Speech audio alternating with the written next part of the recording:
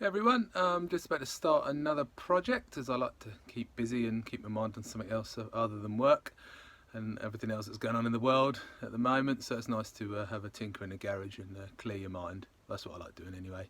But anyway, so we're going to have a look at the reframing the Supermoto Pitbike. So I'll show you a new frame I picked up a little while ago, which is going to be a sort of winter project and build. So we're going to make a start on it today. Right, so here's my current pit bike. So it's running a Stomp 70 size frame. So we're just going to reframe it to a trellis type frame, which I'll show you in a moment when I get it outside. But the bike's been great. It's had full rebuild probably twice now and had various upgrades done. But there's other videos that you can have a look at on my channel. I sound like a proper YouTuber now, don't I?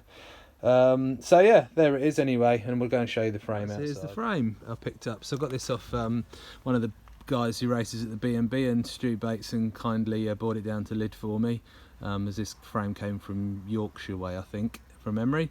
But anyway, yeah, it's a trellis type frame, as you can see, so a bit different from the spine type frames on the 70.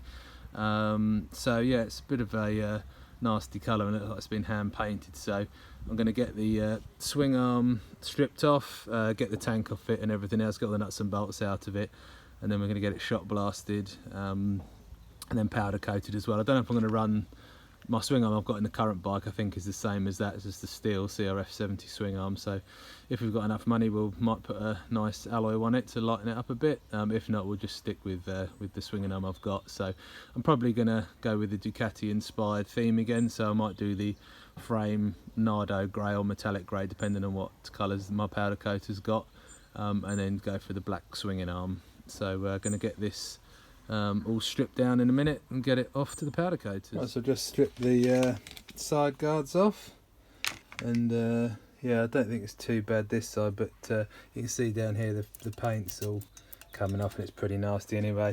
Just taking the big rear engine mount bolt and swing arm bolt out, so that's done, and then this should slide out as easy as that.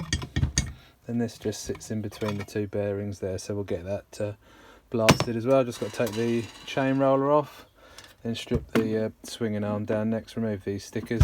Oh, and by the way, yeah, this is a miniature parts racing frame, so yeah, it's a MP racing frame. They make some really cool bikes, so check out the website if you want.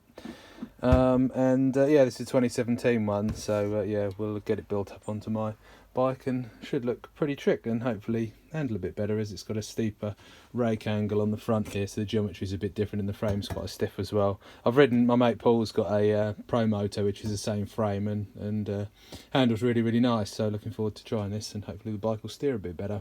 Right, so that's all the frame stripped down, so got all the rubber grommets out, all the nuts and bolts, and so that's all done and sorted, so they're all ready to go to get blasted. Also took off the Vim plate at the front and drilled out the aluminium rivets there and knocked the remains through, so they're obviously not down there in the frame. And then when it gets shot blasted, we'll obviously mask that area up and put any plugs in any of the threaded holes on the frame, just so the powder doesn't get in there. And but obviously if it does, you can just run a tap through it just to clean the thread out. So just a little tip for you there, as I know you love. Right, these swing arm bearings, they're fine, they're smooth, so they can be used again, but they don't want to come out at the moment, so just going to put some good old WD on there, leave it for an hour or so, let it penetrate a bit, because they might have just rusted because there's a steel swinging arm and obviously steel outer race to the bearing.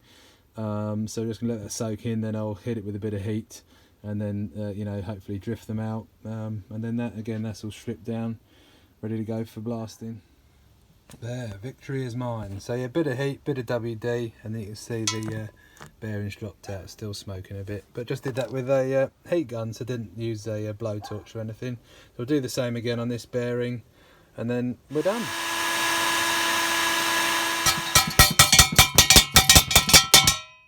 Ta-da! Done.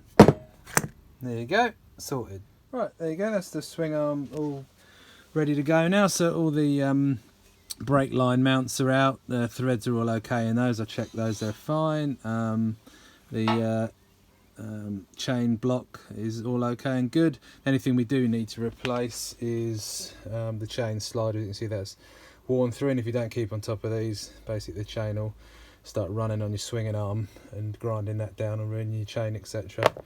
So those were the remainder of the bits. So some of these need a good clean up. There's loads and loads of gunge there, so we'll give those a clean up and then get it all boxed up, and then start reassembly and when we get the frame back. So it might be a week or two before my next video, because it does take a little bit of time to get this all done and sorted, but check back shortly, and I think they say like and subscribe, don't they, and hit the notifications button, something like that. So yeah, and then you can obviously see the latest video when it comes up. Catch you soon, cheers.